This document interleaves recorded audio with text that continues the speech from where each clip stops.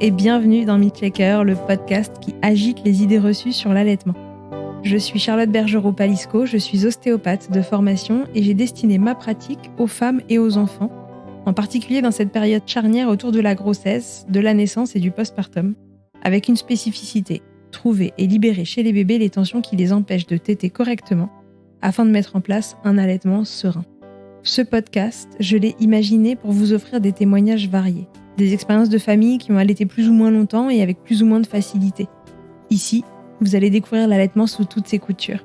Vous pourrez aussi vous informer auprès de professionnels, tous spécialisés dans leur domaine, qui vous apporteront lors d'épisodes experts les informations les plus justes pour savoir vous orienter en cas de difficulté. Mon objectif est très simple. Offrir ces informations à toute mère, famille et tout professionnel qui souhaite se renseigner sur le sujet. Que chacun puisse faire ses choix de façon éclairée et briser les idées reçues qui circulent pour vous rendre l'allaitement plus accessible, plus facile, normal, banal même, et ce qu'importe vos envies et votre projet. C'est ce qui aide ces informations à se diffuser pour que le plus grand nombre puisse en bénéficier et qui permet à Milkshaker de continuer de s'agiter, c'est vous. Par chaque partage ou recommandation autour de vous, mais aussi sur les réseaux, vos écoutes, bien sûr, et vos notes ou étoiles sur les plateformes d'écoute. Alors je vous serais vraiment très reconnaissante de prendre une petite minute pour soutenir ce projet. Et maintenant, place à l'épisode. Depuis le temps que je voulais l'interroger, qu'on parle du BN dans différents épisodes, qu'il soit témoignage ou expert, il était grand temps que Suzanne Colson débarque au micro de Milkshaker, et c'est chose faite. Je suis allée la rencontrer chez elle pour qu'elle nous parle du Biological Nurturing, plus souvent appelé BN de son petit nom. Et ce qui est souvent assimilé à une position d'allaitement est en fait bien plus que ça. Suzanne va vous l'expliquer au travers des réponses aux quelques questions que j'avais à lui poser. Pas de technique particulière ici, pas d'injonction, mais simplement comprendre la physiologie pour ne pas l'entraver. Permettre à tous ces mécanismes qui rendent l'allaitement naturel d'opérer. Pour prolonger ce podcast, je ne peux que vous conseiller le livre de Suzanne, L'allaitement instinctif. Installez-vous bien confortablement comme elle le préconise et préparez-vous à plonger dans le bain d'ocytocine dont vous avez besoin pour allaiter. Je vous souhaite une très belle écoute. Bonjour Suzanne, bienvenue dans Milkshaker. Bonjour Charlotte, merci de m'avoir invitée. Mais avec grand plaisir, ça fait un moment qu'on essayait de caler cette interview. Oui. Je suis vraiment ravie de t'interroger sur ce sujet parce que c'est toi la pionnière de cette histoire. Alors aujourd'hui, Suzanne, ensemble, on va parler du Biological Nurturing, plus communément appelé le BN de son petit nom. Oui. Pour commencer, Suzanne, je vais te demander de te présenter. Qui es-tu et puis comment tu t'es penchée sur ce sujet du BN? Quand je pense à me présenter, j'aime toujours dire que je suis maman moi-même de 3 enfants que j'ai allaités dans les années 70. Donc à cette époque-là, personne n'allaitait. Et d'ailleurs, je suis une des mères fondatrices de la Leche League. Parce qu'en 74, j'allaitais déjà mon fils qui avait 8 ou 9 mois. Et la Leche League, j'ai lu dans le journal qu'il y avait un groupe qui s'appelait la Leche League pour l'allaitement maternel. Donc, j'ai foncé pour aller assister à ces rencontres.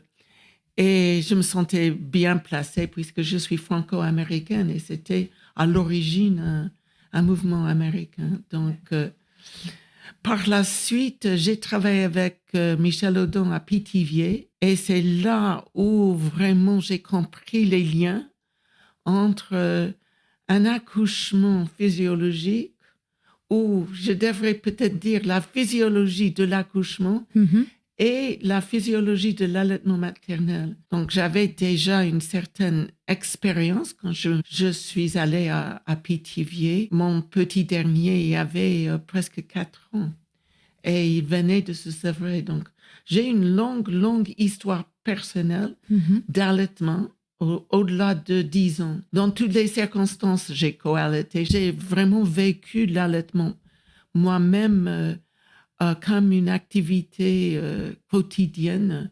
Donc en fait, tu as commencé avec l'allaitement en tant que maman. Exactement. Et après, avec la Leche League, où tu as été finalement une accompagnante Leche League aussi. J'étais animatrice pendant de nombreuses années. Et puis, donc, je suis partie travailler un tout petit peu à Pithiviers en tant que consultante en lactation. Enfin, ça n'existait pas à l'époque, mais c'était un peu comme cela. À partir de cette expérience-là, j'ai fait la formation de sage-femme. C'était assez difficile. J'avais déjà 41 ans à l'époque où j'ai commencé. Donc, j'étais très intéressée par la naissance. J'ai fait beaucoup d'accouchements et travaillé en salle de naissance et aussi un tout petit peu avec un plateau technique en libéral. Mhm. C'était pas véritablement libéral parce que j'étais toujours attachée à la NHS en Angleterre. J'ai fait mes études de sage-femme en Angleterre. Et par la suite, je m'intéressais encore à l'allaitement et je commençais à faire une recherche sur l'allaitement. Et donc, je raconte un peu de tout cela dans mon livre et toute cette démarche pour soutenir les bébés prémas, aussi bien que les bébés nés à terme et en bonne santé. Mhm. Lors des recherches, j'ai terminé un doctorat, une maîtrise d'abord et puis un doctorat en allaitement, lactation humaine. Et j'ai aussi enseigné à l'université pendant quelques années, presque 10 ans. D'accord. J'étais maître de conférence, donc je faisais la formation de sage-femme. Et surtout l'enseignement tout autour de l'allaitement. Donc voilà un peu. Je pense que réunir toutes ces activités que j'ai pu avoir, donc me place bien pour présenter une nouvelle approche à Ouais, je l'allaitement pense. maternel. Pas mal. Ça fait un bon CV pour présenter une nouvelle approche. Alors, moi, j'ai envie de te demander déjà, en une phrase, si tu pouvais me décrire ce que c'est que le BN, tu me dirais quoi? Si moi, en tant que professionnelle de santé ou une maman qui veut l'expliquer à une autre maman, qu'est-ce que c'est le BN en juste une phrase, tu vois, sans tout développer tout de suite?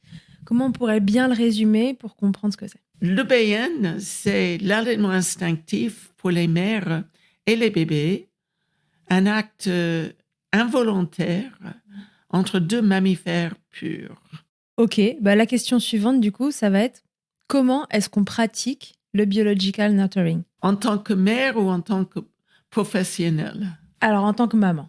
En tant que maman, c'est l'allaitement instinctif à ne pas confondre avec l'amour instinctif ou l'instinct maternel. Je ne suis pas en train d'ouvrir un débat pour savoir si les mères ou toutes les mères ont des instincts maternels. Je pense que pas mal de gens confondent ça. Quand je parle de l'allaitement instinctif, je parle de gestes de vocalisation universelle que toutes les mères font en pratiquant le BN. Ok. Alors, pratiquer le BN, c'est facile, il n'y a pas de protocole, c'est le confort.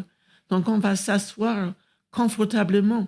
Alors, dans tous les protocoles d'allaitement, on dit que la maman doit être confortable. Et puis, on impose deux positions qui sont les plus inconfortables à tenir Tout à fait. pendant Surtout en longtemps. postpartum. Exactement. Donc, être assise avec, quelques ostéopathes appellent ça la position de la dactylo et que c'est la position la plus difficile à maintenir pendant longtemps entre 15 minutes et 1 heure ou 2 heures, n'est-ce pas? Donc, on impose ces positions-là et même l'allaitement sur le côté, il faudrait vraiment se caler bien et avoir à la portée de main tout le matériel pour se caler. Ouais. Si on veut être confortable en position sur le côté. Pour revenir juste sur la position dactylo, pour que les gens comprennent bien, parce qu'on n'est qu'en audio, il faut vraiment imaginer quelqu'un derrière un appareil, une machine à écrire là, à l'ancienne, et cette position très droite, vraiment jambes et Oui. tronc à 90 degrés, qui en effet est assez difficile à tenir. Et pour cause, l'être humain n'est pas fait pour être assis de façon prolongée. En fait, c'est une position Exactement. hors allaitement, contre laquelle on se bat un peu même en tant qu'ostéo pour les gens qui sont devant des ordinateurs, etc. Parce qu'en fait, ils se font mal au dos au fur et à mesure. Ça met beaucoup de pression sur les vertèbres lombaires, beaucoup de pression sur le périnée en fonction de comment on respire aussi. Nous, ce qu'on leur dit en tant qu'ostéo aux gens qui travaillent devant un ordi toute la journée, c'est bouger, en fait. Bouger. Allez travailler un coup debout, un coup assis, marcher, déplacez-vous le plus souvent possible pour rester en mouvement. Donc, en fait, c'est assez logique de se dire que ces positions, du coup, assez strictes qu'on propose aux mamans allaitantes, d'être assises, le dos droit, etc., ne sont pas confortables. Et de surcroît en postpartum, avec éventuellement une cicatrice au niveau périnéal, peut-être une cicatrice au niveau césarienne si on en a une, etc., ça rajoute encore de l'inconfort sur l'inconfort. Oui, et j'ajouterais que on a les bras qui tiennent le bébé, n'est-ce pas? On est obligé d'appuyer fort sur le dos du bébé et le bébé est toujours dans une position transversale à travers le corps, même le bébé en soi-disant la prise rugby. J'ajouterais qu'il n'y a pas une seule mère qui va rêver pendant toute la grossesse de tenir son bébé comme un ballon de rugby. Donc, je pense qu'il y a pas mal d'hommes qui cherchent à tout contrôler, même le vocabulaire Même le vocabulaire de associé l'allaitement. à l'allaitement maternel. Donc, le confort. Dans quelle position, du coup, peut se trouver la maman si on veut développer un peu cette notion de confort? Mais il n'y a pas un degré d'inclinaison en arrière qui est universel. La position même, c'est une variable qui change entre la position absolument tout droit comme un piquet et la position où elle est à plat dos. Donc, ce qui est important en BN, c'est que la maman puisse voir son bébé sans dépense énergétique. C'est-à-dire si elle doit baisser la tête pour voir son bébé en vertical, par exemple, en ce moment-là, elle se tourne le cou pour maintenir le regard bienveillant. Bien Et sûr. toutes les mères adorent regarder leur bébé quand leur bébé tète. Tout à fait. Et après, on les voit en consultation parce qu'elles ont mal au cervical. Exactement, exactement. Et si elle est à plat dos, la même chose, elle élève la tête contre l'apesanteur. Elle fait ça 2-3 fois et puis elle ne le fait plus. Donc, elle ne voit pas son bébé. Pourtant, beaucoup de gens, beaucoup de professionnels mettent la mère, enfin, en accouchement, en position gynéco. Et puis, on pose le bébé après l'accouchement, après la naissance, sur la maman, entre ses seins ou sous son cou ou loin. Tous ces endroits-là ne sont pas la bonne adresse. Donc ça, c'est important. Et puis la maman élève la tête contre l'apesanteur. C'est épuisant pour elle. Elle ne le fait pas au-delà de 3 ou 4 fois. Et si quelque chose arrive au bébé, si le bébé a un trouble respiratoire, c'est à la mère qu'on va blâmer. On va dire, elle n'a même pas remarqué. Mais c'est nous qui la mettons dans une posture où elle ne voit pas bien son bébé. Oui, tout à fait. Donc, du coup, quelque part, entre cette position stricte, assise, et la position allongée sur le dos, il y a toute une variation d'inclinaison du tronc vers l'arrière qui vont différer de chaque couple maman-bébé, de chaque environnement aussi dans lequel elle se trouve. J'imagine que ça peut évoluer pour le même couple maman-bébé d'un jour à l'autre, d'une heure de la journée à une autre. Oui, même pendant la même tête. Elle peut changer de position. C'est un peu, ça a été dit dans mes formations certifiant BN, que c'est une position Netflix. Et on change de position quand on regarde la télévision. Tout à fait. Donc, je ne sais pas si j'ai le droit de dire Netflix et... Ça va, je pense que tout le monde comprendra. Position télé, en tout cas. Oui, position de télévision, souvent, je le disais aux mères, comme si vous regardez la télévision, je ne peux pas vous dire, mais vous êtes confortable et que vous voyez votre bébé confortablement. Ouais, vous vous affalez un peu. Oui, exactement. Dans votre position de confort, mais affalé. Donc ça, c'est le premier point, c'est le confort de la maman. La deuxième composante. C'est-à-dire qu'il y a 6 composantes de base. Ce sont des composantes ou des variables universelles. Donc, tous les bébés, par exemple, tête en état d'éveil calme, le bébé peut très bien prendre le sein quand il pleure ou quand il est dans un état d'éveil actif, mais c'est des fois plus difficile. Mais surtout, en BN, beaucoup de bébés, au départ, prennent le sein endormi. Et c'est un sommeil indéterminé.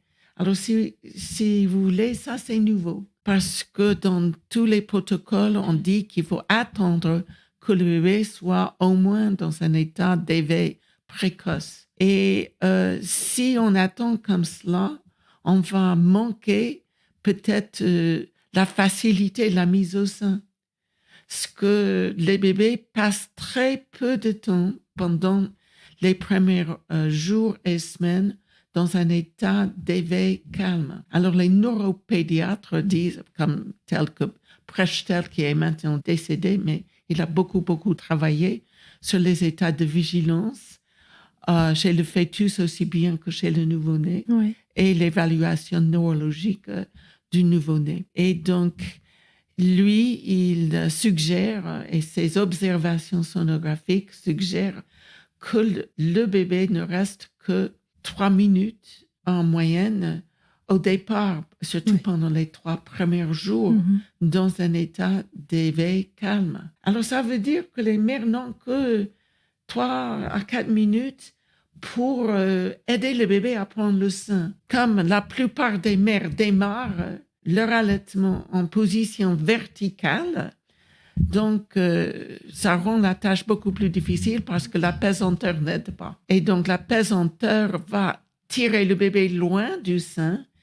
Et beaucoup de mères disent que le bébé, il se jette en arrière et il refuse de prendre le sein. Ou bien il exprime des réflexes d'allaitement, comme le hochement de la tête à droite et à gauche. Ça, c'est un réflexe de fouissement bien connu.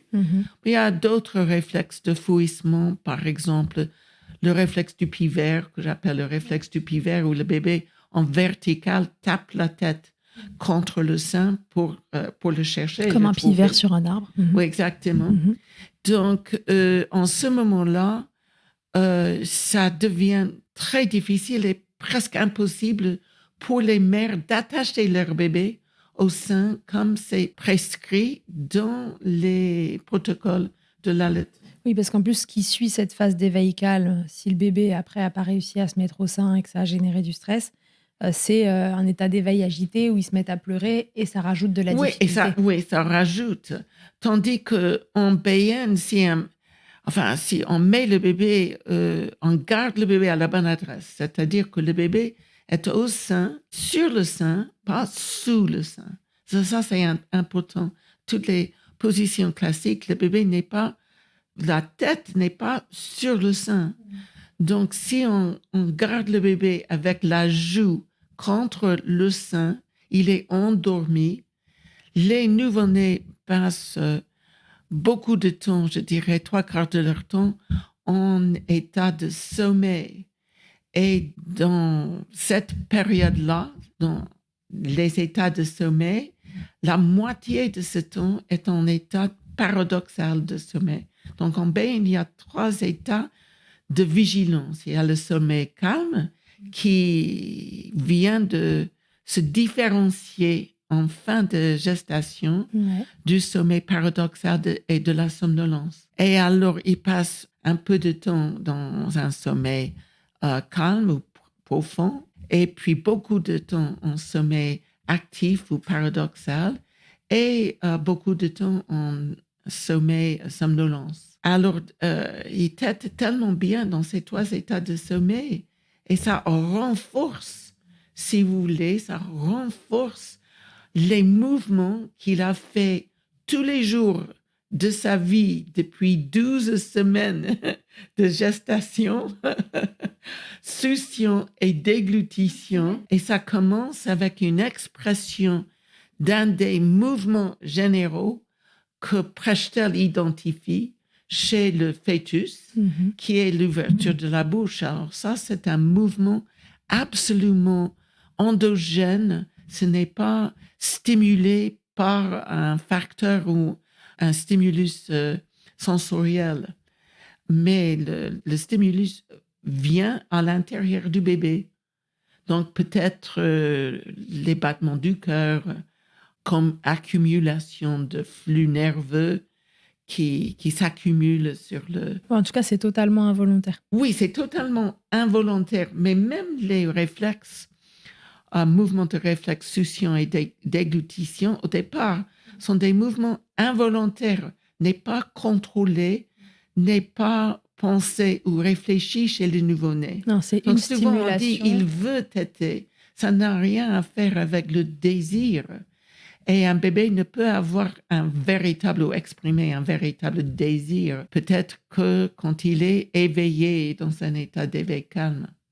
Donc souvent on dit que le bébé n'est pas prêt à téter. Pour être prête, moi, je dois être éveillée et puis je dois pouvoir réfléchir à ce que je vais faire. Donc les bébés ne font pas des listes d'activités qu'il faut faire quand ils naissent pour survivre. Ils ont des mouvements endogènes stimulés par des facteurs endogènes ou exogènes qu'ils ne contrôlent pas, qui sont exactement. Totalement innés. Et petit à petit, ils vont conditionner les réflexes. Donc, plus on allait de façon ponctuelle, peut-être 3 fois dans 1 heure, et pas 1 fois toutes les 3 heures, qui correspond à rien. Pour résumer, on pourrait dire que le nouveau-né développe à partir des compétences qu'il a acquises dans une vie antérieure. Et nous avons tendance à vouloir coller les biorhythmes, aussi bien circadiens que alimentaires, d'un enfant ou un bambin, un enfant plus âgé, à nos bébés. Nos bébés ne sont pas des miniatures d'adultes, bien qu'ils nous ressemblent et c'est adorable. Donc du coup, tu dirais que, en effet, c'est ce fait d'attendre le moment d'éveil calme n'est pas une bonne idée. Il faudrait que le bébé soit au sein et en train de téter finalement le plus souvent possible, en tout cas le plus souvent que ces mouvements manifestent la possibilité de téter, mais dans ces phases de sommeil. Et en fait, on commence l'allaitement à mettre nos bébés au sein trop tard, oui. En résumé. Ben oui, on attend.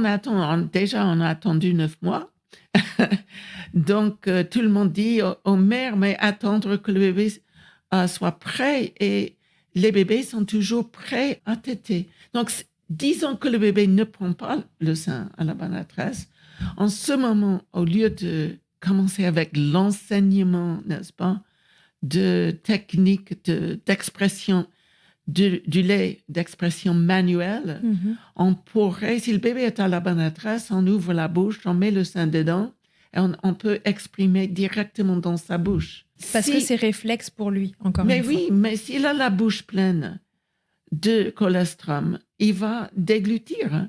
C'est exactement comme il fait dans l'utérus pendant tout ce temps. Oui, rappelons que les bébés déglutissent leur liquide amniotique de façon Ils transfèrent le liquide amniotique. Donc, ils ouvrent la bouche et la bouche se remplit de liquide amniotique et ils déglutissent. C'est un genre de mémoire corporelle pour le bébé de démarrer c'était comme cela.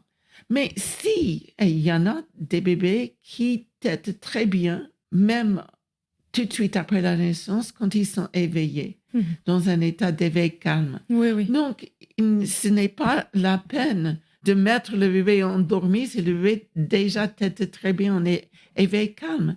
C'est juste que face à n'importe quelle difficulté, c'est toujours plus facile de démarrer l'allaitement quand le bébé est dans un état il fait des mouvements dans un état familier. Donc du coup, ce qu'on pourrait dire aux mamans, c'est si votre bébé tète très bien en état d'éveil calme, que vous en sortez très bien comme ça, bon, tant mieux. Ça va être des phases plus courtes à choper dans la journée pour vous, pour mettre votre bébé au sein. Mais s'il y a une petite difficulté de ce côté-là, qu'on n'arrive pas trop à se caler, la solution, ça va être en fait pas d'intervenir du coup, mais au contraire de le mettre simplement au sein tout le temps et de le laisser avec ses réflexes et ses mouvements involontaires innés, finalement téter dans son état de sommeil.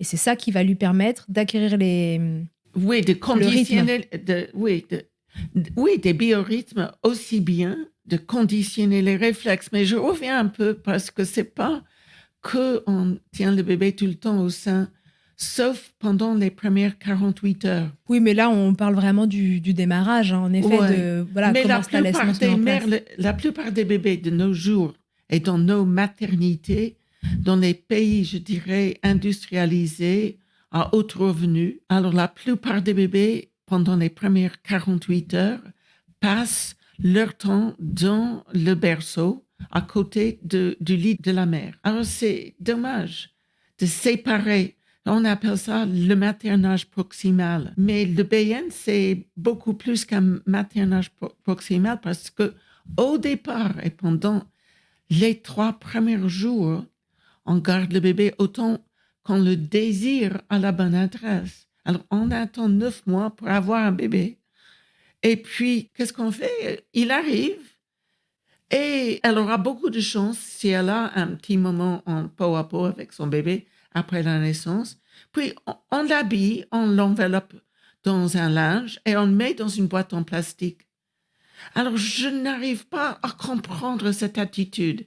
C'est pas comme si on peut donner des mauvaises habitudes à un nouveau-né.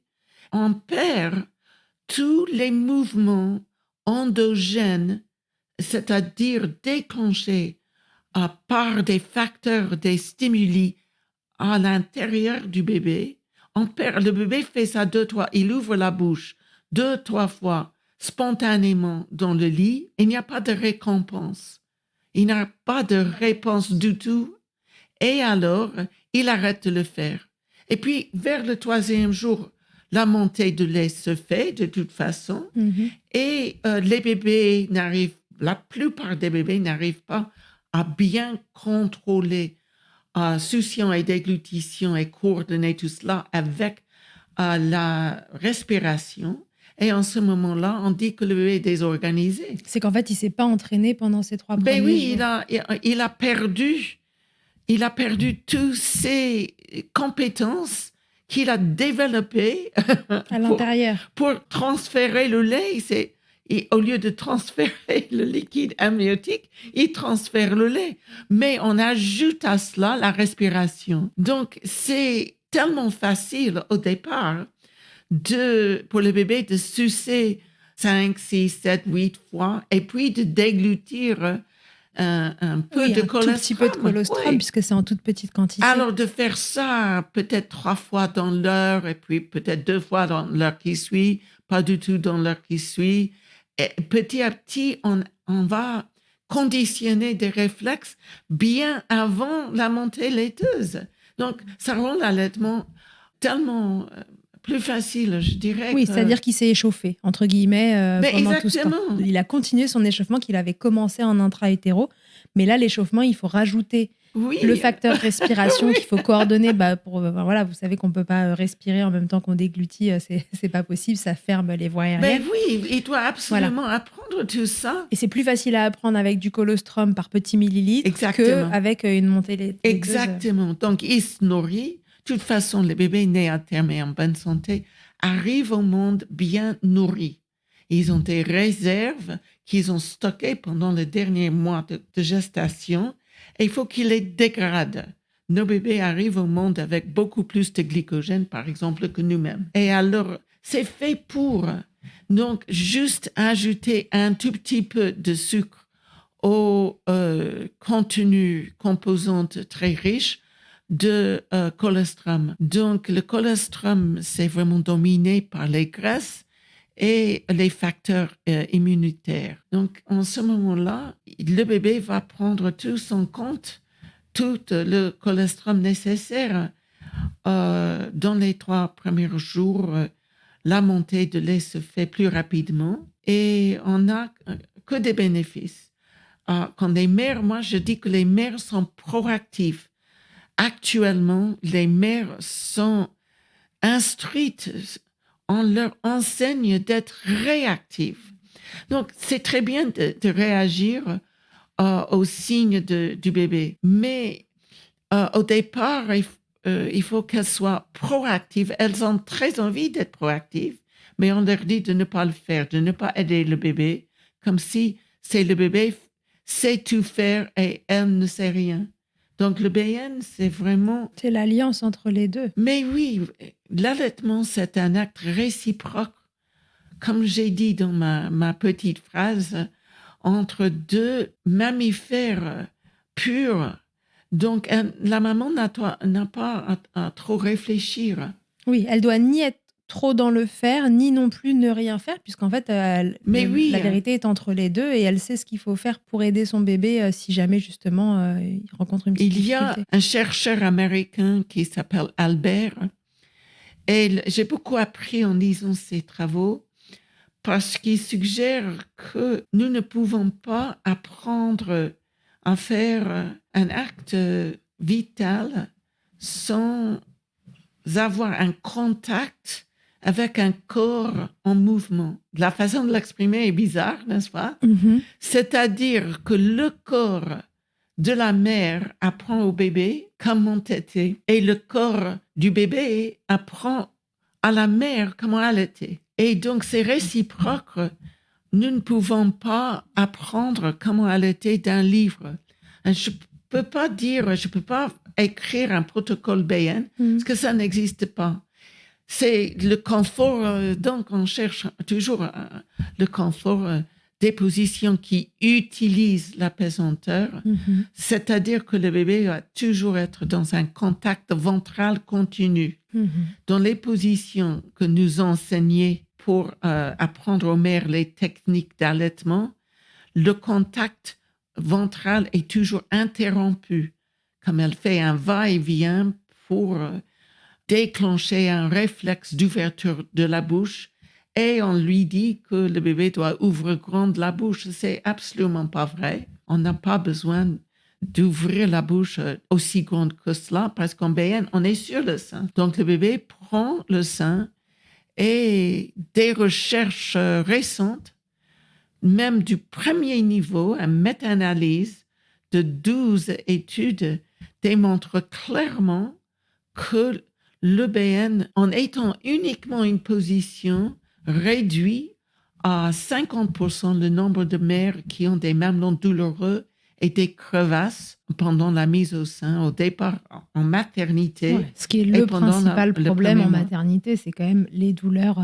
les premiers temps d'allaitement. C'est d'ailleurs ce qui fait peur aux mères qui même se demandent si elles vont allaiter ou pas, c'est que c'est tellement ancré maintenant dans les mentalités que l'allaitement, ça fait mal au démarrage. Exactement. Donc, je suis en train de dire, j'offre une interprétation.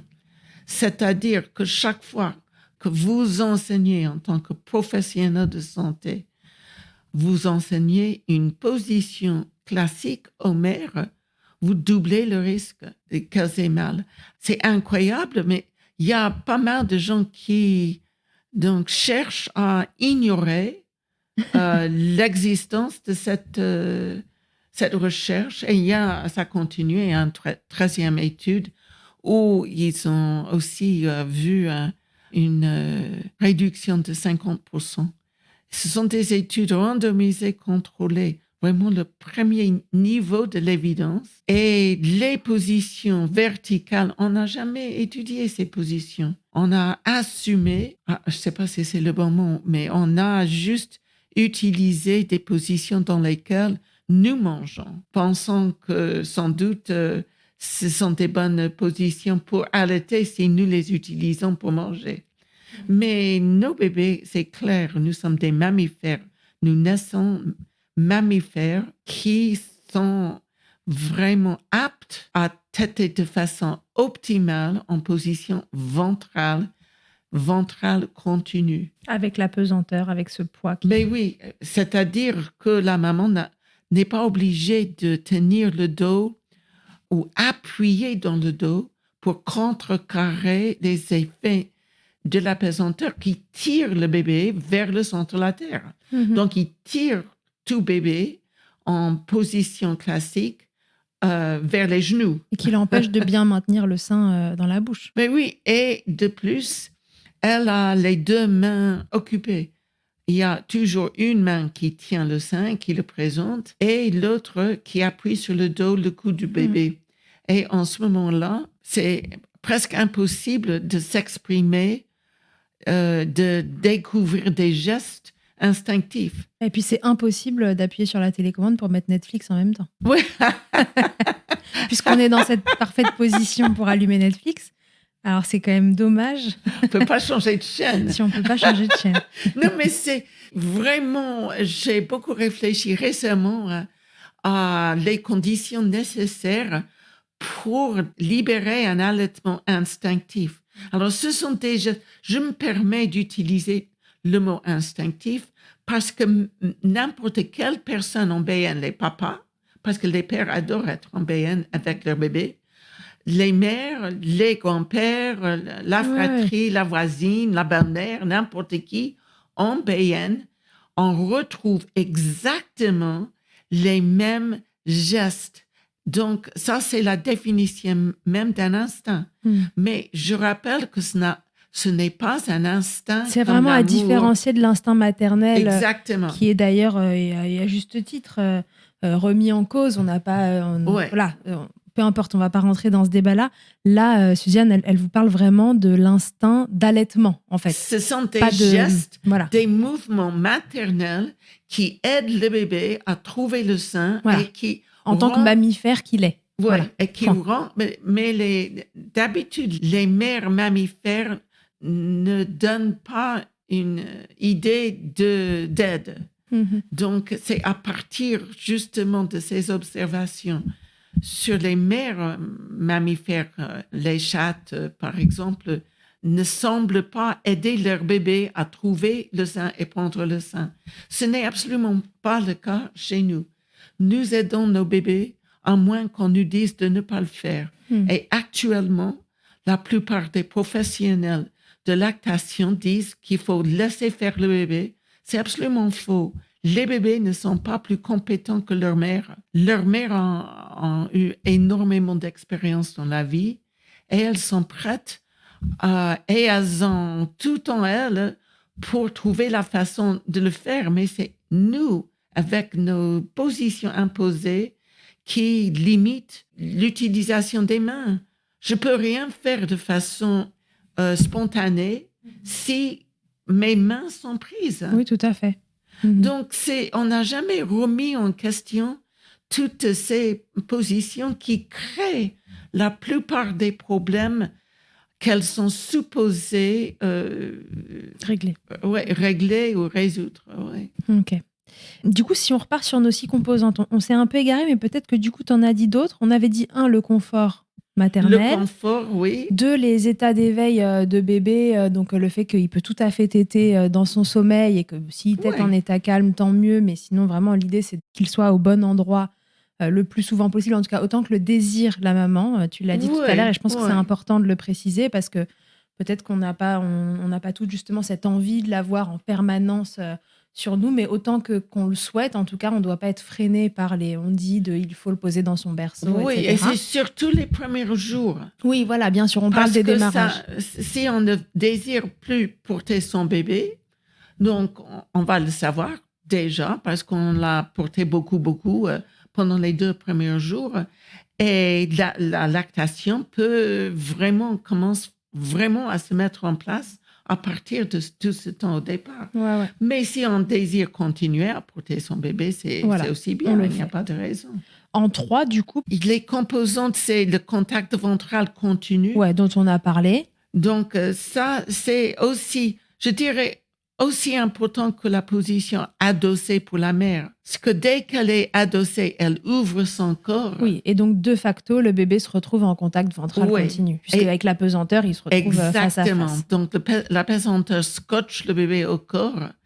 Et puis, il y a je dirais que dès que la maman voit son bébé endormi, elle le regarde avec tellement de curiosité, de bienveillance, d'amour. Mais on n'est pas obligé d'aimer nos bébés tout de suite quand on accouche. Et puis des fois, je ne sais pas, on peut être peut-être fâché parce que ça a fait très mal. On peut regarder le bébé et voir l'oncle Georges. Et on n'a jamais aimé l'oncle Georges. Donc, il est très possible qu'on n'a pas des sentiments d'amour tout de suite après l'accouchement. Moi, je ne vois pas de problème vis-à-vis de cela. Je n'attends pas que toutes les mères tombent instantanément amoureuses de leur bébé. Mais quand le bébé est en contact ventral continu, elle est confortable. elle regarde son bébé, elle devient curieuse et elle commence à explorer, il dort, donc il ne fait pas de demande. Elle commence à compter les doigts de pied, elle regarde derrière les oreilles, elle fait des tas elle découvre son bébé. Les bébés sont faits pour être mignons. Et surtout, chez beaucoup de femmes, si vous êtes dans le bus et une femme entre avec un nouveau-né, vous avez toutes les femmes, beaucoup de femmes, peut-être pas toutes, qui « Oh, que c'est mignon et tout, et tout ». Beaucoup d'hommes aussi, c'est pas juste réservé aux femmes, cet amour. Quand on tient le bébé comme ça, juste à le regarder, puis il se réveille, et puis il arrive à nous regarder, il y a le croisement des yeux. Alors, ces facteurs stimulent la pulsatilité de l'ocytocine. Et c'est la pulsatilité élevée de l'ocytocine qui déclenche des mouvements spontanés, des mouvements et des comportements instinctifs. Et donc, ça va main en main avec, parce que ce regard bienveillant et le croisement des yeux met les femmes, réduisent et neutralisent l'inhibition néocorticale. La neutralisation de l'inhibition néocorticale va main en main avec une pulsatilité élevée de l'ocytocine. Oui. Sachant que le néocortex, c'est celui qui fait de nous des êtres différents justement de l'animal pur, de tout autre social, mammifère, etc. Nous avons un très grand cerveau qui nous aide à réfléchir, à calculer. Voilà, c'est ce qui nous fait trop réfléchir, le néocortex, qui est surstimulé dans le monde d'aujourd'hui. Oui. Et donc là, tu disais, voilà, ce moment, ce regard, ces échanges avec les yeux permettent la pulsatilité de l'ocytocine qui, elle, inhibe ce néocortex. C'est bien ça? Je pense que c'est l'inverse. C'est-à-dire que quand l'environnement désactive le néocortex. Ah, d'accord. Ça commence par l'environnement qui désactive le néocortex, alors ça permet la pulsatilité de l'ocytocine. Alors la pulsatilité va... Mais c'est difficile parce que sûrement que l'un joue sur l'autre et inversement. Oui, l'un peut nourrir l'autre. Mais mon travail en tant qu'accompagnante BN, c'est de vraiment veiller à ce que l'environnement même soit propice à une pulsatilité élevée de l'ocytocine. Ouais, qui déclenche ces comportements innés. Oui. Encore une fois. Exactement. Donc, pour le faire, je vais, par exemple, baisser la lumière, tamiser la lumière. Je ne vais pas poser de questions. C'est chaque fois que je pose une question, je fais réfléchir. Ça active le néocortex. Je ne vais pas initier une conversation banale. Est-ce que vous savez ce que vous allez, le prénom de votre bébé, par exemple, à la naissance? Ce que je voudrais qu'elle reste vraiment dans sa bulle. Et donc, je protège cette bulle. Et c'est ça qui est important. Du coup, ce serait un peu cette quatrième composante, le regard, cette pulsatilité de l'ocytocine. Oui. En BN, l'objectif, c'est ou bien protéger, parce que l'ocytocine est une hormone timide. On a dit, Michel l'a dit. C'est vrai. Faut dire que en tout cas, l'ocytocine naturelle est timide. Oui. Si vous avez lu tous ces livres à Michel, vous allez voir que j'ai pris toutes ces idées et je les applique à l'allaitement. Et surtout, l'allaitement au départ. Parce que l'allaitement au départ, c'est une activité involontaire intime. Une continuité entre deux de cet personnes. Mais plus tard, les mères adorent parler de leur bébé, et même au départ, mais pas pendant le temps qu'elles initient. Parce que pendant le temps qu'elles initient, elles sont avec leur bébé, pas avec d'autres personnes.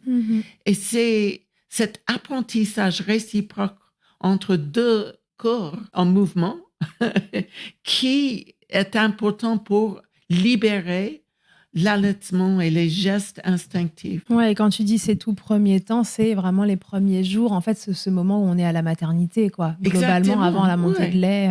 Oui. Donc, c'est tellement plus facile. Ce serait bien...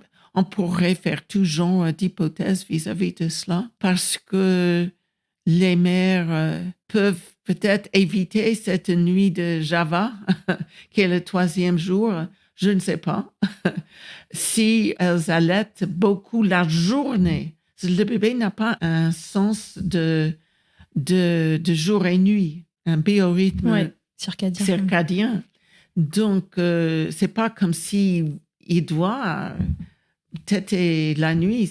C'est que on le met dans une boîte en plastique toute la journée en attendant des signes d'éveil, en attendant des signes qui montrent qu'il a faim. Oui, peut-être que c'est juste au moment où c'est sombre, calme et que cet environnement est un peu plus propice justement que du coup il vient s'activer.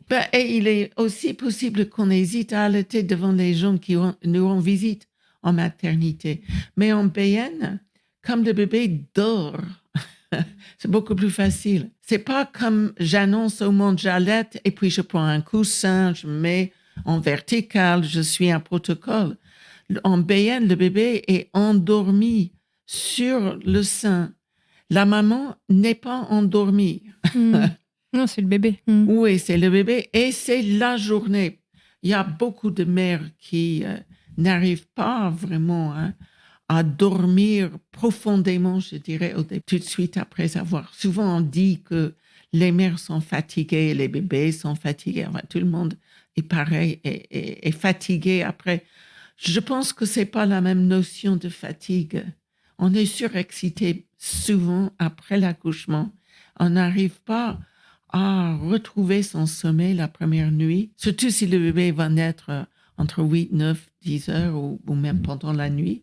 Beaucoup de bébés naissent pendant la nuit. Et c'est très bien de continuer à garder le bébé à la bonne adresse. Pendant la grossesse, le bébé était à la bonne adresse. On ne pouvait pas le poser. Donc, la nature nous demande encore quelque temps. Un peu de continuité. Oui. Et le bébé, maintenant, est sur le corps. Et si maman désire dormir, bien sûr, elle va le faire, mais qu'elle mette son bébé en sécurité et qu'elle se mette sur le ventre elle-même, si elle désire. Parce que pendant la grossesse, beaucoup de mères ne peuvent plus ça faire. manque de ne pas pouvoir dormir sur le ventre. Donc, elles mettent leur bébé en sécurité en ce moment-là. Et puis, peut-être que les bébés, c'est une hypothèse, je ne sais pas, mais peut-être les bébés vont réclamer moins la nuit ou que les tétés vont être beaucoup plus faciles la nuit. Le but, c'est pas de ne pas nourrir le bébé la nuit, mais sûr. Que ça se passe facilement et que c'est peut-être 15 ou 20 ou une demi-heure, 15-20 minutes ou une demi-heure. Et puis, le bébé se rendort et maman puisse se mettre elle-même sur le ventre et dormir. Oui, tout à fait. Le 5e et le 6e point, c'est les gestes innés, des réflexes archaïques du bébé, qui sont des mouvements involontaires, soit-ils endogènes ou exogènes, soit-ils stimulés par des stimuli endogènes ou exogènes. C'est important. Endogène, c'est ce qui appartient au bébé dans son corps, et exogène, c'est les stimuli extérieurs qui viennent s'appliquer à lui et qui déclenchent. Les réflexes archaïques, c'est... on en a déjà parlé dans un épisode, c'est le 27, je crois, avec Ludivine Beaubry, que vous pourrez réécouter. Mais les réflexes archaïques, c'est donc des mouvements involontaires générés par des stimuli, donc comme Suzanne vous le dit, endogènes ou exogènes, donc qu'on ne contrôle pas. À vrai dire, les réflexes archaïques sont stimulés uniquement par des stimuli exogènes, sensoriels, par l'odeur, le toucher, l'ouïe, l'audition, le goût. Oui, tous les sens. Alors, tous les sens. Donc, c'est sensoriel. Tandis que les mouvements endogènes sont... Vous ne pouvez pas véritablement identifier le stimulus. Et il faut différencier. Parce que bien souvent, dans le ventre, le bébé a beaucoup de mouvements généraux, ce que Prechtel appelle des mouvements généraux, qui deviennent des réflexes archaïques après, mais qui restent aussi endogènes, comme l'ouverture de la bouche, l'étirement de la langue. Si on regarde un bébé dans le berceau, il ouvre la bouche et nous ne savons pas pourquoi. Donc, ça, c'est pas un réflexe archaïque. Et la différence entre ces réflexes que Ludivine vous a décrits, c'est que plus tard, ces réflexes sont conditionnés. Et le conditionnement implique le néocortex. Donc, il y a c'est une activité aussi bien néocorticale que c'est involontaire, mais il y a tout de même, c'est comme Pavlov. Et les chiens, tout le monde comprend ça, mais ça implique une activité néocorticale que à la naissance, le bébé n'a pas, qui est en voie de développement à la naissance. Ouais, là, on est sur des choses purement innées. Involontaires, comme les mères. L'allaitement est un acte involontaire, même si elle ne désire pas allaiter, elle aura du lait. Elle aura les mêmes gestes et mouvements d'aide à l'allaitement à partir d'un contact continu avec son bébé, cet apprentissage corporel. Elle va faire exactement les mêmes mouvements que toute mère fait pour aider le bébé à trouver et prendre le sein. Ok, très bien. Non, mais du coup, ça a différencié en termes de nécessité des réflexes archaïques que vous voyez le pédiatre faire à la maternité. Là, ils viennent tester l'intégrité du système neurologique. Oui. Et ces mêmes mouvements, en fait, servent au bébé pour s'orienter, pour téter. Mais oui, pour tout ça. Il y a 5 fonctions que je liste dans mon livre. C'est difficile parce que plusieurs de ces réflexes servent plusieurs fonctions. Mais il y a des réflexes primaires de la prise de sein qui sont des réflexes sur le visage très jumeaux, y compris la glabelle qui est un point entre les yeux. Et beaucoup de bébés, normalement, trouvent le sein en stimulant la glabelle, ce point, et le menton en même temps, qui constitue le réflexe de fouissement pivaire. C'est pas tellement pour les mères, c'est beaucoup plus pour les professionnels de santé. Pour les mères, le BN, c'est l'allaitement instinctif. Nous n'avons rien à apprendre aux mères. Mais pour les professionnels de santé, le BN, c'est une méthode structurée d'observation, d'allaitement et basée sur ces 6 composantes. Donc, pour les mères, nous pouvons voir, ça c'est le 6e, c'est les gestes maternels. Ah oui, donc il y a les gestes innés bébé et les gestes innés maman. Exactement. Donc, nous avons 3 groupes pour les professionnels de santé, 3 groupes d'observation, des positions. Position adossée de la mère. Elle n'a pas besoin d'être en peau à peau. Elle repose son dos contre la chaise. Même au restaurant, au café, partout, bar, c'est faisable, même partout. Avec une chaise pas très confortable. Même si la chaise n'est pas confortable, nous pouvons être plus confortables dans une chaise pas confortable. Donc, la position contact ventral continu pour le bébé, la complexion hormonale d'ocytocine pour la maman et tous les états de vigilance du bébé, surtout de façon optimale au départ, quand il est endormi en sommeil indéterminé. Et puis, donc ça, c'est le groupe état de conscience. Et puis, le 3e groupe, c'est des comportements.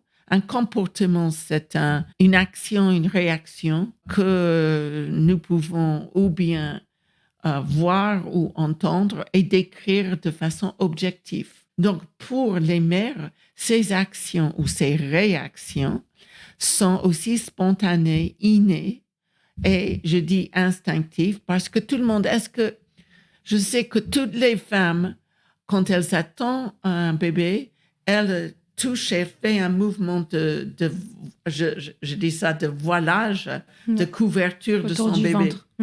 Elle touche le ventre. Plus elle avance dans sa grossesse, plus elle touche, elle peut jouer avec le bébé. Et c'est peut-être une action de protection, un comportement de communication. Nous pouvons interpréter ce geste que toutes les femmes font lors de la grossesse. Mais après, en BN, toutes les femmes font ce même geste et bien souvent, juste après la prise de sein, elles font un genre de même, exactement le même. C'est vrai. Exact. Et c'est ce que je montre souvent lors de mes présentations. Toutes les mères et toute personne en BN va placer... Oui, sans même que le bébé tète. Oui, placer le bébé sur son corps à un point confortable pour les deux. Et les mères placent leur bébé, à moins qu'on leur dise de ne pas le faire. Souvent, les protocoles peau à peau disent que les mères ne devraient pas placer ou déplacer leur bébé. C'est absolument ridicule de dire à la moitié d'une relation de ne rien faire, de ne pas répondre, de ne rien... Les bébés ont besoin qu'on les guide, bien sûr. Nous sommes leurs oui, parents. Pourquoi pas. Donc ça, toute personne le fait. Ça s'appelle le placement. Mm-hmm. Le visage trijumeau et les nerfs trijumeaux sont très sensibles. Et toutes les mères vont stimuler sans vraiment toucher le ganglion qui se trouve juste à côté à chaque oreille. Le trijumeau, c'est vraiment un nerf sensitif pour toute la face. Exactement. De haut en bas, qui a 3 racines, le front, le maxillaire supérieur, donc la mâchoire supérieure, la pommette, si vous voulez, et mâchoire inférieure. Et le ganglion, il est devant l'oreille, quoi, la racine de la mâchoire. Et je montre ces gestes et aussi un genre de voilage sur le haut de la tête.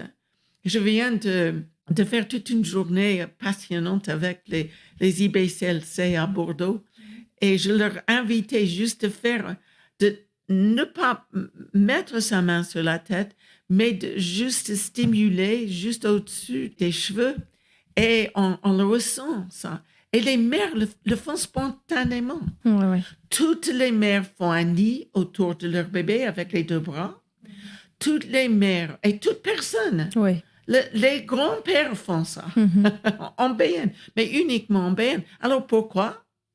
Parce qu'on a les 2 mains libres. C'est la pesanteur qui scotche. Le bébé, oui. Le bébé au corps en contact ventral continu. Donc, c'est pas des choses que j'enseigne aux mères, mais cette discussion que nous avons, c'est peut-être beaucoup plus dirigé vers les professionnels de santé. Il n'y a pas de protocole. Le degré d'inclinaison change, mais le contact ventral continu reste pareil, même quand le bébé est dans plusieurs orientations. Il peut être longitudinal, en oblique et en transverse. Ouais, ça, je pense que c'est important à rappeler parce que c'est vrai que dans la description qui est faite un peu rapidement du BN, on a toujours l'idée, enfin moi c'est ce que les mamans me disent quand elles arrivent en consultation, elles me disent le BN j'ai du mal parce qu'il faut le mettre vertical. Ouais, et je leur dis mais c'est ça. pas ça le BN. Ouais. Le BN, vous pouvez le mettre à 360 degrés autour de vous. Si vous avez envie d'avoir son corps sur votre tête, finalement vous pouvez. C'est plus la pesanteur que vous venez mettre et cette capacité que le bébé va avoir avec la pesanteur aussi à garder plus facilement le sang en bouche, à ce que le flux de lait ce soit plus lui qui le gère plutôt qu'il lui arrive dans la bouche assez fort. Beaucoup de mères, aujourd'hui, comme moi j'ai allaité, on ne parlait jamais du REF. Enfin, si, peut-être on avait un réflexe d'éjection fort, mais c'était vu comme un atout, tandis qu'aujourd'hui, c'est vu comme un problème. Le réflexe d'éjection fort, toute mère a ce réflexe. La question, c'est comment le bébé le gère. C'est un allaitement efficace. Mais le bébé est prématuré. Il a besoin de plusieurs mois de maturité pour pouvoir contrôler. Et certains bébés ont du mal pendant les premiers 6 mois. En BN, au moins, ils contrôlent s'ils tètent. Certains bébés vont arrêter de téter, attendre. D'autres bébés vont presque suffoquer sur le réflexe fort. En ce moment-là, les mères peuvent l'aider à lui parler tout doucement. Il va rattraper, il va apprendre petit à petit comment contrôler le réflexe. Mais c'est beaucoup plus un problème de bébé, pas de mère. Je crois que chaque fois qu'il y a un problème, les mères disent si j'avais su, si j'avais fait, c'est ma faute. Et c'est pas. Les bébés sont nés, nos bébés naissent avec tous les systèmes qui sont immatures. Ouais. Mais en tout cas, on peut se dire que être dans des positions attenantes au BN avec le bébé qui a la pesanteur pour lui va probablement, un peu comme pour les douleurs dont tu parlais tout à l'heure, diminuer les impacts de ce réflexe d'éjection plus ou moins fort parce que le bébé va avoir finalement plus son mot à dire si voilà, je vais arrêter de téter, j'enlève ma tête, etc. Ce qui est moins facile dans les positions où il se retrouve un peu avec le lait qui lui coule fort dans la bouche et qu'il il n'a pas ces réflexes archaïques bien... Oui. Encore une fois, le bébé ne se dit pas je vais arrêter la tétée. C'est spontané. Un peu comme nous, c'est spontané. Ça le gêne, il se retire. J'ai un tuyau de gazon et j'ouvre le robinet, je mets un spray, n'est-ce pas? Tu vas pas penser je dois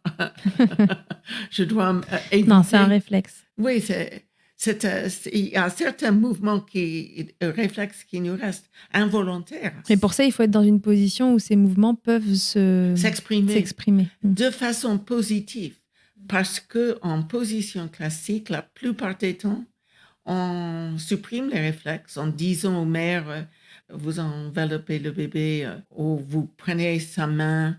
Qu'est-ce qui supprime sur le dos? Qu'est-ce qui fait dans ces positions-là que les réflexes archaïques s'expriment moins bien? C'est le fait de justement de ne pas avoir cette pesanteur et ces frottements naturels du bébé contre la maman.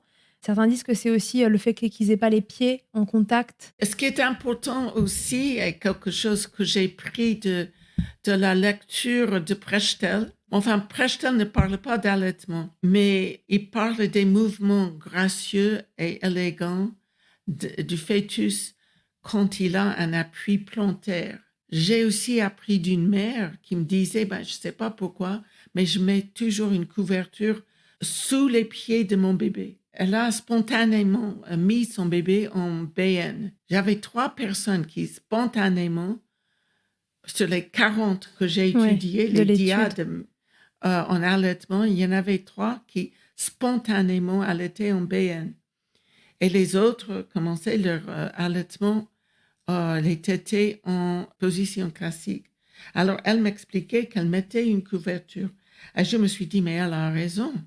Parce que Prechtel le dit. Donc, pour conserver la fluidité des mouvements, si on met, la plupart des bébés, de toute façon, ont un appui plantaire avec la plante des pieds contre le corps, peut-être la cuisse de la mère ou contre l'environnement. Mm-hmm. Mais si le bébé ne l'a pas, beaucoup de mères spontanément vont le mettre. Vont le créer. Et ça va main en main avec une expression plus fluide des mouvements. D'accord. Et en BN, la pesanteur, l'appui plantaire et les tétés en sommet indéterminé travaillent ensemble pour adoucir l'intensité et l'amplitude des mouvements du nouveau-né, qui sont très souvent perçus comme étant brusques et saccadés. Oui, d'accord. Donc ça va venir atténuer ça et donc faciliter la prise de sein pour l'allaitement. Oui. Ça va aller sur une autre question que je voulais te poser, c'est finalement, est-ce que le BN, est-ce que c'est une position ou est-ce que c'est bien plus que ça? Est-ce que c'est pas plutôt comment créer les conditions les meilleures simplement? Mais oui, c'est ça. C'est-à-dire que nous cherchons en BN à identifier les variables, les composantes, les comportements, parce que toutes ces composantes sont des comportements universels qu'on trouve dans tout allaitement réussi, efficace et joyeuse. Toutes les observations protocolaires, je dirais, ne sont pas souples. Voilà ce que vous devez faire. C'est une façon. Des fois, ça marche. Je veux bien que des fois, ça marche. Si ça marche, c'est très bien. Moi, je n'ai rien contre des positions classiques. Beaucoup de mères utilisent les positions classiques une fois parce que nous avons même besoin d'être verticales dans notre vie. Nous sommes bipèdes, nos bébés sont des quadrupèdes. Enfin, il y a tellement de choses. Non, mais en tout cas, quand on voit les difficultés que les mères rencontrent aujourd'hui pour allaiter, on peut se dire que si ces positions classiques étaient suffisantes, on le saurait déjà, en fait. Donc, il faut proposer de l'alternative. Oui, c'est depuis les années 80 qu'on a créé ces protocoles. Et depuis les années 80, plus de mères initient l'allaitement, mais 3 mois, il y a un tiers ou même plus de celles qui initient dans presque tous les pays industrialisés qui ont arrêté. Et surtout l'allaitement exclusif qui est recommandé pendant au moins 6 mois. Je crois que 6 mois, c'est très bien de le dire, mais c'est... C'est-à-dire qu'en dehors des aspects positionnels, etc., on a aussi toute la composante sociétale, c'est-à-dire que comme les femmes reprennent le travail tôt, etc., exactement. Voilà, il y a différents facteurs qui viennent oui, c'est pas se surajouter. Mais je dirais que de toute façon, la diversification peut commencer entre 5 et 7 mois. Donc, on a dit 6 mois en moyenne, mais beaucoup de bébés, là, on peut parler des signes d'un besoin de diversification. Mm-hmm. Et il y a beaucoup de signes. Là, on peut même se permettre d'enseigner ces signes aux mères. Mais ça, c'est beaucoup plus tard, quand le bébé est prêt et peut montrer qu'il est prêt. Des signes, oui. Avant ça, là, on est vraiment sur des choses plus involontaires. Exactement. Au départ, si le bébé a des réflexes, il va téter. Il y avait une autre question que je voulais te poser. Souvent, dans les positions BN, il y a une petite confusion qui est faite avec le pot à pot. On dit beaucoup aux mères aussi de façon générale pour initier l'allaitement. Et puis, même sans parler d'allaitement, on est beaucoup aujourd'hui à dire qu'il faut faire du pot à pot, que c'est très important, etc. Moi, ce que je constate quand j'en parle avec Léon, c'est qu'il y en a qui sont à l'aise avec ça, d'autres qui ne sont pas à l'aise avec ça. Ouais. Et en lisant ton livre, je me suis rendu compte qu'avec les études que vous aviez faites, vous ne voyez pas de grande différence en fait, entre ce contact peau à peau et le contact rapproché voilà, dans cette position, dans cet environnement propice pour bébé et pour maman, sur les différentes constantes. Est-ce que tu peux nous en reparler rapidement? Oui, juste un petit peu. Je pense que le peau à peau peut être délicieux. Ouais. Donc ça, je ne suis pas contre le peau à peau. Mais je pense qu'on a tendance à associer un contact, n'importe quel contact nu avec l'allaitement réussi. Et pour moi, ce n'est pas une variable, un comportement universel. C'est-à-dire qu'on peut très bien allaiter sans jamais avoir eu un contact peau à peau. Donc ça, c'est un premier point important. Deuxièmement, souvent, les positions peau à peau n'utilisent pas l'apesanteur. Donc, quand la maman est à plat dos et le bébé est à plat ventre, il aura du mal à élever la tête contre l'apesanteur. Et donc, ça peut créer des troubles respiratoires. Ou on blâme la mère parce que, comme j'ai dit, elle ne voit pas son bébé qui peine pour respirer. Oui, donc ça, c'est si vraiment elle est en position allongée complète. On ne parle pas justement de... Mais regardez presque toutes les photos qu'on voit de peau à peau, la maman a du mal à voir son bébé, même si elle est légèrement relevée. Donc, le degré d'inclinaison en BN optimise le regard et le croisement des yeux. Et ça, je ne peux pas le dire assez. Donc, ça, c'est quelque chose, je veille en tant que sage-femme à ce qu'elle peut voir son bébé. Quand elle voit son bébé, sans dépense énergétique, quand le bébé est dans une position où il dépense le moins d'énergie possible pour prendre le sein, ça marche. Et prend le sein rapidement. Mais s'il doit passer 55 minutes à trouver le sein parce qu'on l'a placé loin, ou si on le place sous le menton de la mère, en ce moment-là, peu de bébés peuvent faire marche en arrière parce que leur motricité n'est pas mature. En ce moment-là, c'est encore les procédés, les protocoles qui sont en faute. Donc, je peux regarder la mère et si son visage ne peint pas un portrait de l'ocytocine, en ce moment-là, je vais peut-être chercher la raison. C'est peut-être que l'oncle Georges, le pauvre l'oncle Georges, est dans la chambre et elle est gênée parce qu'elle ne veut pas être nue devant l'oncle Georges. Ou peut-être elle ne veut pas être nue pendant n'importe qui. Oui, même pas nue tout court d'ailleurs. Exactement. Donc, souvent, elle est la seule personne dans la chambre qui est nue. Et donc, ça va faire chuter la pulsatilité de l'ocytocine. L'ocytocine, c'est le carburant d'un allaitement efficace et joyeuse, je dirais. Moi, tu vois, typiquement, je n'ai pas un souvenir, alors ça fait déjà 5 ans maintenant que j'ai accouché, mais qu'on m'ait demandé que le pot à pot soit quelque chose de nécessairement allongé. Mais par contre, il y avait cette notion, en effet, de nudité. Mais si on reste sur une position BN, on va dire, tu vois, avec cette inclinaison, le confort de la maman, etc., est-ce qu'il y a une valeur ajoutée à être en plus en pot à pot avec la nudité ou pas? Je ne sais pas. Je ne saurais pas dire. C'est vraiment à chaque diade. C'est comme si tu me demandais si on a intérêt à être nu quand on fait l'amour. Chacun fait ce je qu'il dirais veut, quoi. Oui, à moins que non. Je ne sais pas. Ça dépend de l'environnement. Donc là, ce qui est important, c'est de s'écouter et d'être à c'est-à-dire l'aise, parce que c'est ça qui va permettre cet environnement propice, confortable, doux, qui va permettre la pulsatilité de l'ocytocine. Souvent, on disait, les mères peuvent se dire, je peux pas allaiter quand je suis dans un jardin public parce que je dois être nue. Mais c'est pas vrai. Elle n'est pas obligée d'être nue. D'autres mères qui adorent ça. Moi, je connais une maman qui avait un porte-bébé où elle pouvait vraiment, ça couvrait, elle pouvait sortir avec son bébé dans le porte-bébé nu. Le reste de son corps n'était pas nu, mais le contact, elle aimait ça.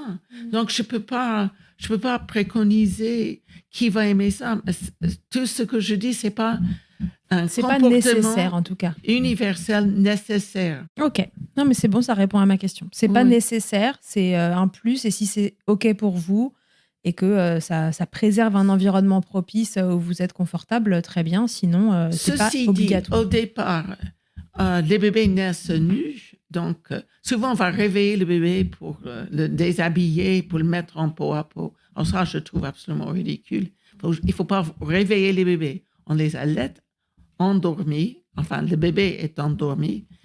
Mais au départ, le pot à pot est surtout une façon merveilleuse de stabiliser le bébé après l'accouchement. Et plus l'accouchement a été difficile, je dirais que plus le pot à pot va aider le bébé à naître et à retrouver et stabiliser tous ces systèmes physiologiques.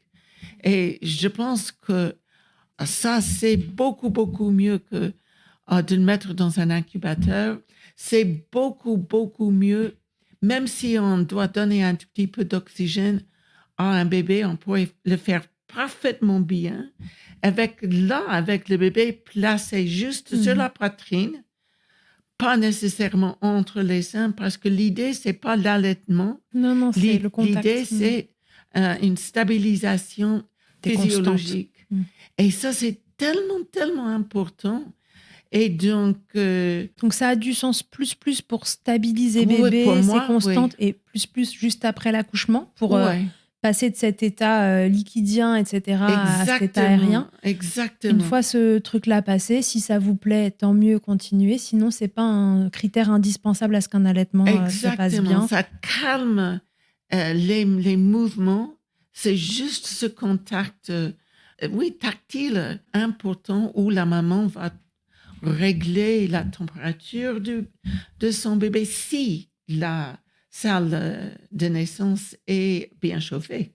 Parce qu'il ne faut pas que les mères non plus aient froid. Oui, bien sûr. Il y avait un truc que je trouvais intéressant, et puis moi, c'était intéressant plus pour moi parce que je suis ostéopathe et que ça m'a parlé, puisqu'on parlait tout à l'heure de l'ocytocine. Il est possible qu'il y ait un lien entre la position BN, mais vraiment au sens mécanique du terme, parce que la maman on n'est pas assis, vous voyez, sur les os des fesses, on est assis vraiment plus sur le sacrum, on vient enrouler le bassin.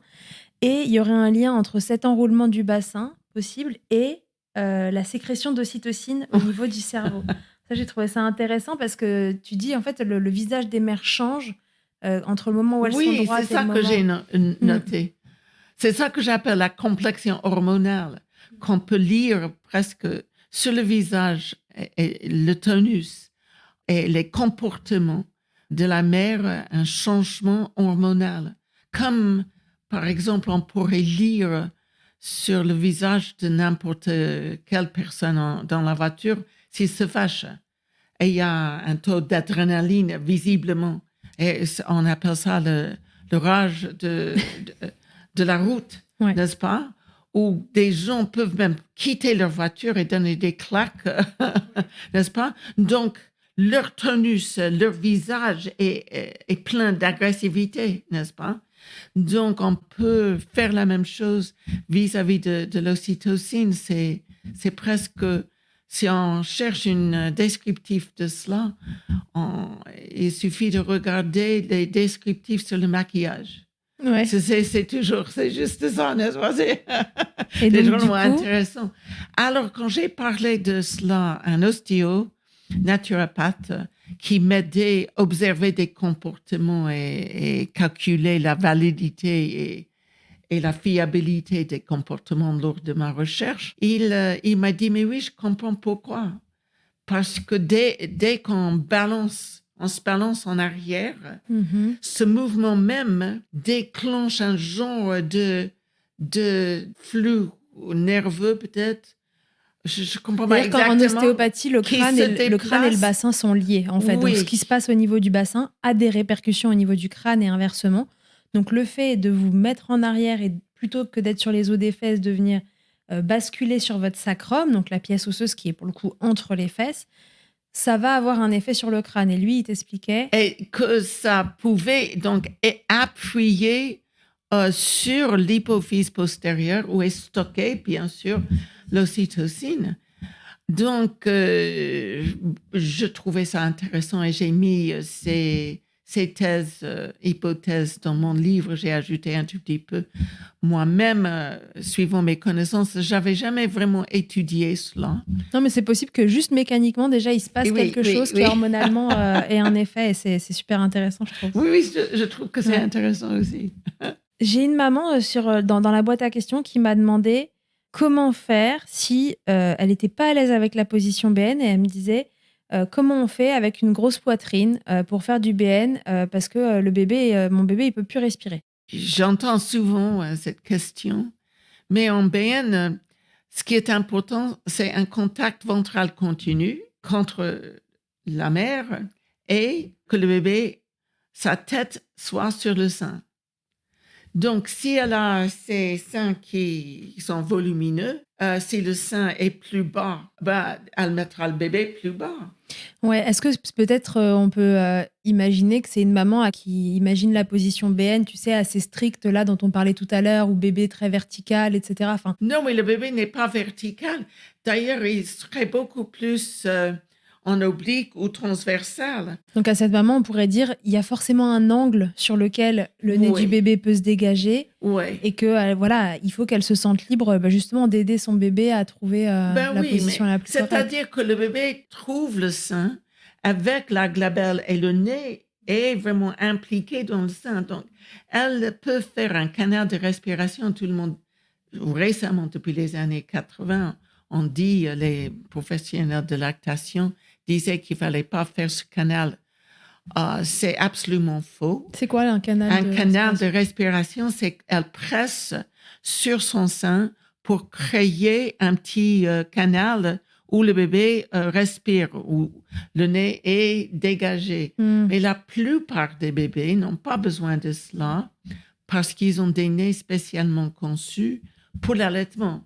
C'est-à-dire que tout bébé, n'importe quel groupe ethnique, a un nez plat avec des narines très ouvertes sur les deux côtés. Donc, c'est fait spécialement conçu pour l'allaitement. Normalement, il y a un axe, il y a quelque chose à trouver, peut-être un petit déplacement de bébé. aussi, nous pouvons, par exemple, je crois que j'ai lu quelque part quand j'étais en pratique clinique qu'on pouvait mettre un rouleau ou quelque chose sous le sein pour le soutenir. Maintenir plus en hauteur. Oui, plus en hauteur. Et enfin, ils ont parlé des rouleaux de papier toilette qu'on pouvait mettre. Et donc, j'ai essayé cela et puis je me suis rendu compte que les mères que je voyais à la maternité avaient toujours un corbeille de fruits et ils avaient toujours des bananes. Donc, j'ai juste une fois, ça fait rire, mais le sourire d'une banane marche à merveille et ça tient le sein un peu comme une baleine de soutien-gorge, mais c'est une banane. Exactement. Donc, en plus, ça faisait rire les mères. Bon, tester la banane. Oui, donc on peut faire ça, on peut mettre quelque chose, on peut tenir le sein, parce qu'on a ses deux mains libres, on tient le sein. Donc, si on pense que le bébé n'est qu'une position, on se prive de toutes les activités, des gestes spontanés de la mère. Les mères trouvent et aident leur bébé à prendre le sein. Et donc, en BN, les mères sont proactives. Oui. Au départ, bien sûr, après, elles ne vont pas mettre un bébé à 4 mois. Bien sûr, après, il se débrouille. Quand il est endormi, elle n'a pas besoin de porter un bébé de 3 semaines tout le temps. Non, tout ça, c'est vraiment valable pour les démarrages, en fait, d'allaitement. Surtout pour les 3 premiers Très jours. important. Le temps de transition métabolique physiologique, je dirais. OK. Ça m'amène à la dernière question. Du coup, c'est quoi le rôle de quelqu'un qui accompagne OBN, qui est formé OBN? C'est donc pas de positionner cette maman, finalement. Non, c'est pas de positionner. Et c'est pas de l'enseigner. Ça dépend un peu quand vous rencontrez la maman. Mm-hmm. Si elle a plein de problèmes et son bébé a 2 semaines, donc en ce moment-là, vous êtes plus ou moins sûr qu'elle allait en position classique. Et il faudrait commencer par l'écouter pour qu'elle puisse exprimer toutes ses émotions et puis de pouvoir clarifier exactement quels sont les problèmes. C'est peut-être un simple problème d'utiliser la force de la pesanteur. Le bébé ne veut pas prendre le sein, elle dit. Et vous pouvez lui dire, le bébé, à son âge, a très peu de volonté. Donc, elle peut se sentir démunie parce qu'elle pense que son bébé n'aime pas son lait ou n'aime pas le sein. L'écoute suivant les procédés Rogers ou d'autres personnes, et puis la clarification, et puis donner des points d'information et pas des solutions. Donc ça, si vous voyez les mères vous consultent parce qu'elles ont des problèmes. À la maternité, c'est tout autre chose. C'est vraiment protéger le démarrage de l'allaitement, protéger l'environnement parce qu'elles se sentent en sécurité, un environnement sécuritaire, je dirais. Toujours dans cette histoire de préserver l'ocytocine qui déjà doit être préservée pendant l'accouchement. De neutraliser autant possible le néocortex, l'inhibition néocorticale qui, pendant l'acte même, va pas aider parce qu'elle peut être gênée ou elle veut se conformer. Oh, pas devant les voisins, n'est-ce pas? Donc, c'est protéger la mère et l'enfant dans leur bulle. Protéger leur intimité. Ouais. Je dois chercher une activité pour quelqu'un qui gêne. Et je ne peux pas juste dire à la belle-mère qu'elle doit partir. Je dois absolument protéger, tamiser la lumière, être sûr que quand elle initie l'allaitement, qu'elles sont en parfaite sécurité. Ouais. Donc, c'est protéger maman et bébé pour laisser les comportements innés pouvoir s'exprimer. Oui, exactement. Donc, plus tard, et même pendant le séjour en maternité, bien sûr, je peux parler avec les mères, mais elles se sentent déjà bien dans son allaitement et elles me racontent comment ça se passe. C'est formidable, j'adore faire ça.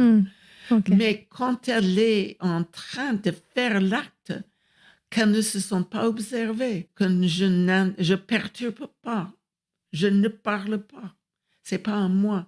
Là, j'ai presque envie d'écrire un livre qui s'appelle « Qui allait votre bébé ?» Parce que souvent, les professionnels de santé pensent que c'est elles qui doivent tenir le sein et le bébé et les mettre ensemble.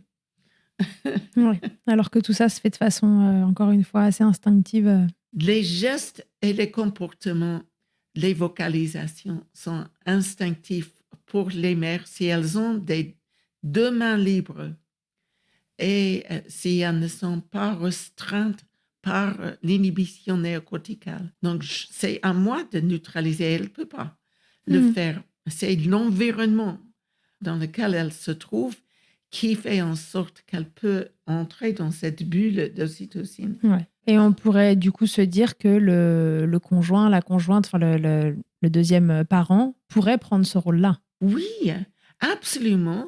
Et il peut aussi l'encourager, chuchoter, par exemple. Il peut faire partie, mais c'est très important. Il peut être juste derrière elle avec ses bras autour, c'est adorable. Comme on a démarré, l'allaitement maternel, c'est un acte involontaire entre 2 mammifères purs. Papa est là pour protéger aussi l'environnement propice à une pulsatilité élevée d'ocytocine, tout au moins au départ. Mais papa peut aussi avoir son bébé dans cet même environnement.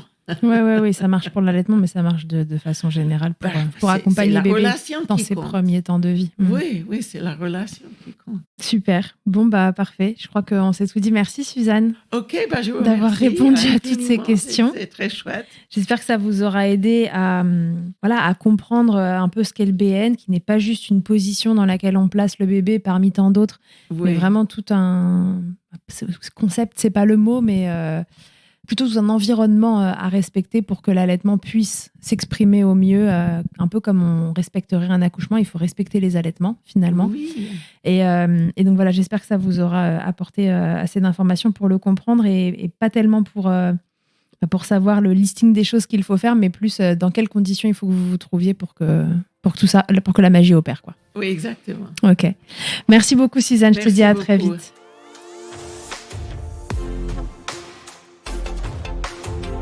Merci d'avoir écouté cet épisode. S'il t'a plu, je te rappelle que tu peux t'abonner au podcast, le noter sur ta plateforme d'écoute et surtout le faire voyager pour que l'information circule au maximum. Si tu te rends sur milchecker.fr, tu trouveras tous les épisodes du podcast depuis 2020 avec un moteur de recherche pour t'orienter en fonction du sujet qui t'intéresse. Si tu préfères lire ou bien que tu es coincé sous un bébé et qu'il ne faut pas le réveiller, sache que tu y trouveras aussi le blog de Milchecker où les épisodes experts en particulier y sont résumés à l'écrit. Enfin, si tu me cherches en tant qu'ostéopathe pour toi ou pour ton bébé, tu peux me retrouver à Suresnes dans les Hauts-de-Seine en tapant mon nom sur Doctolib et sur mon site internet charlotte-bergerot.fr. On se quitte en musique avec Emma et son titre Blinded, écrit et composé en collaboration avec Nemen. À très vite pour un nouvel épisode et d'ici là, n'oubliez pas, prenez soin de vous. Milchecker autant que vous le voudrez et bousculons ensemble les idées reçues sur l'allaitement maternel.